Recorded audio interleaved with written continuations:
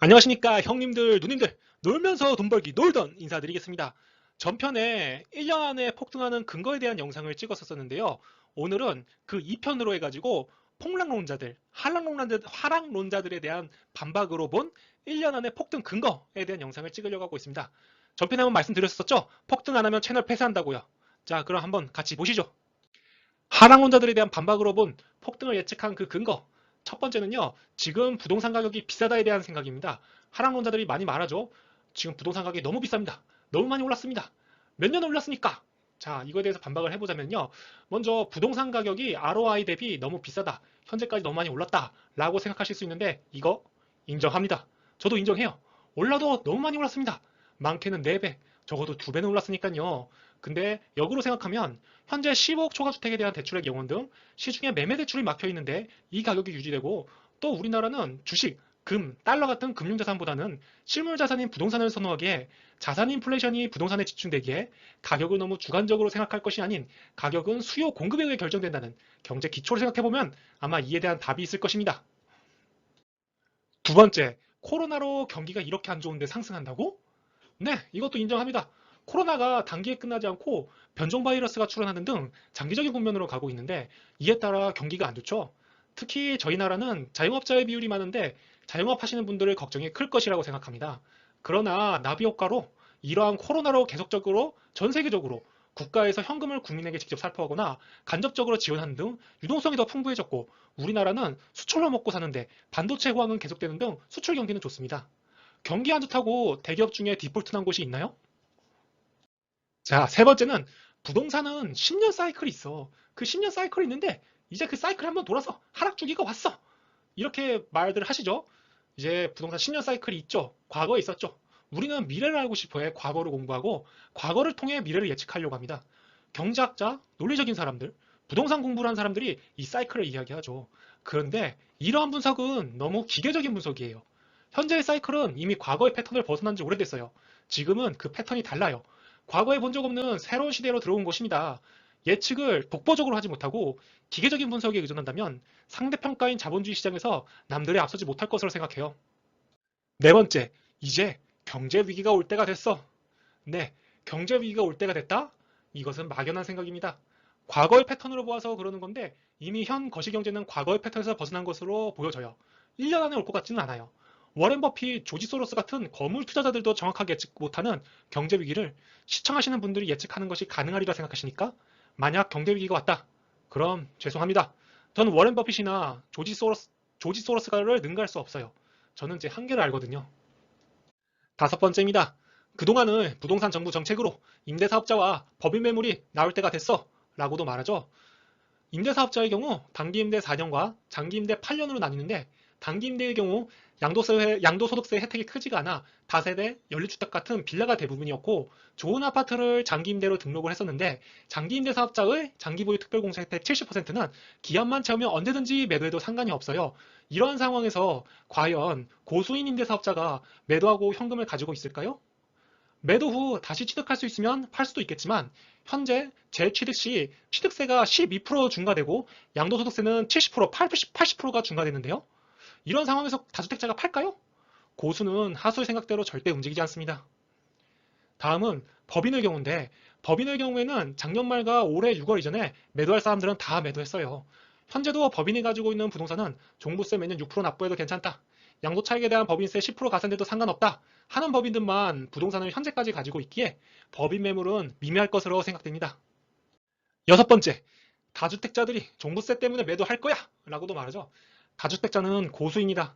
고수는 하수의 생각대로 움직이지 않는다를 항상 생각하셔야 됩니다. 나를 알고 적을 알면 백전백승이니까요. 종부세는 최고로 해야 6%입니다. 양도소득세는 최고 80% 넘게 납부하여야 합니다. 6%를 낼까요? 80%를 낼까요?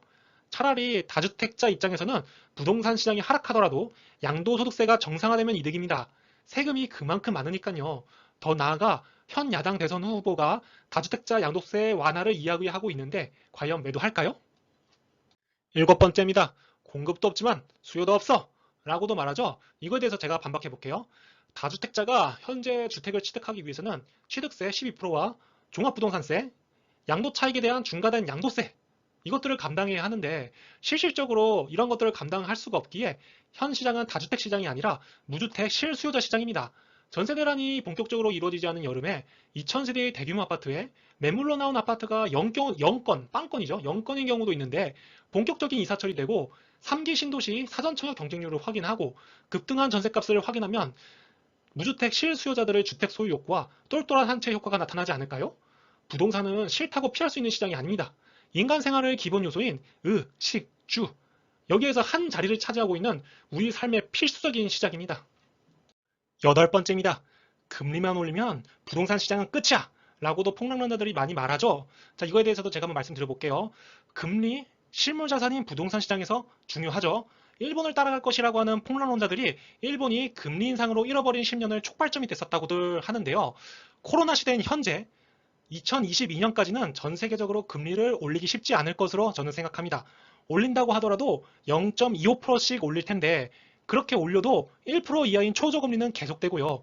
또 현재 부동산 투자 시 대출이 LTV가 50% 이하로 실행되거나 다주택자는 대출이 LTV 0%로 실행되기 때문에 보통 갭투자로 다주택자들이 많이 부동산 투자를 했었기 때문에 금리 인상의 효과는 크지 않을 것으로 저는 생각합니다.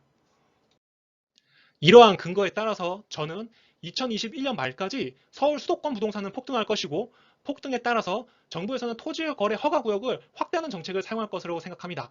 이런 토지거래 허가구역 확대함에 따라서 2022년 3월 초까지는 보합이 이루어질 것으로 예측합니다.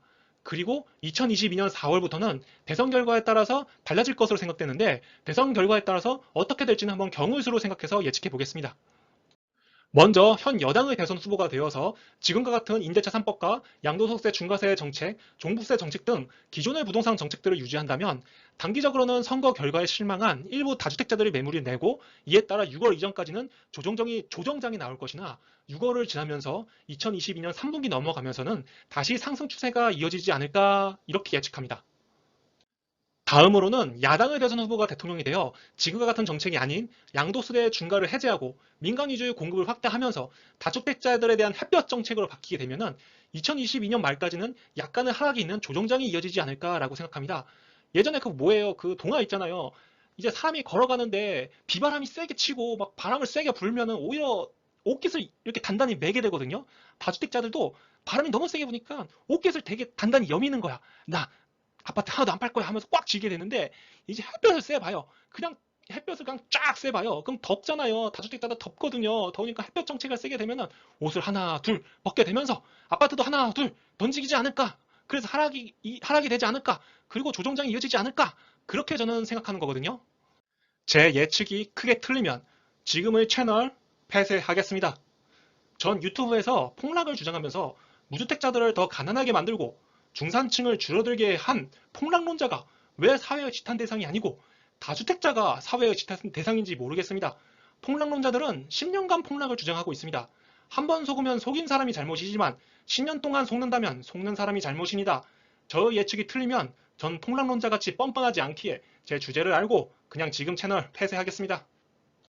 그렇다고 당장 부동산을 사라는 것이 아닙니다. 모두 처한 상황이 다르기에 지금 부동산 사는 거에 대해서 따져볼 게 있을 수 있습니다. 모든 투자는 자기의 판단으로 하는 것이지 남의 말을 듣고 남 탓하는 게 아닙니다. 폭락론자 말 듣고 부동산 매입 안 한 것도 본인이 그런 판단을 한 것이니 본인 탓을 해야 됩니다. 적어도 부동산 투자는 생존이라는 것을 알아두셔야 됩니다. 주식이나 비트코인은 서울대 나온 수재들도 이득 못 보는 사람이 대다수이나 부동산은 아닙니다. 부동산은 우리의 삶과 아주 가까이 있고 좋든 싫든 부동산은 알으셔야지 자본주의 시장에서 생존하실 수 있습니다. 준비가 안 되어 있으면 기회가 온 것인지도 모릅니다. 지금까지 제가 왜 1년 안에 부동산이 폭등하는지 그 근거에 대해서 한번 말씀드리고 그리고 이러한 영상을 왜 찍게 됐는지 그런 것도 한번 말씀드렸거든요. 이제 부동산 투자는 생존이라는 것을 좀 알아두셨으면 하고요. 지금까지 영상 시청해 주셔서 감사합니다. 구독, 좋아요는 영상을 만드는 제게 큰 힘이 되니까요. 구독, 좋아요 꼭 부탁드리겠습니다. 감사합니다.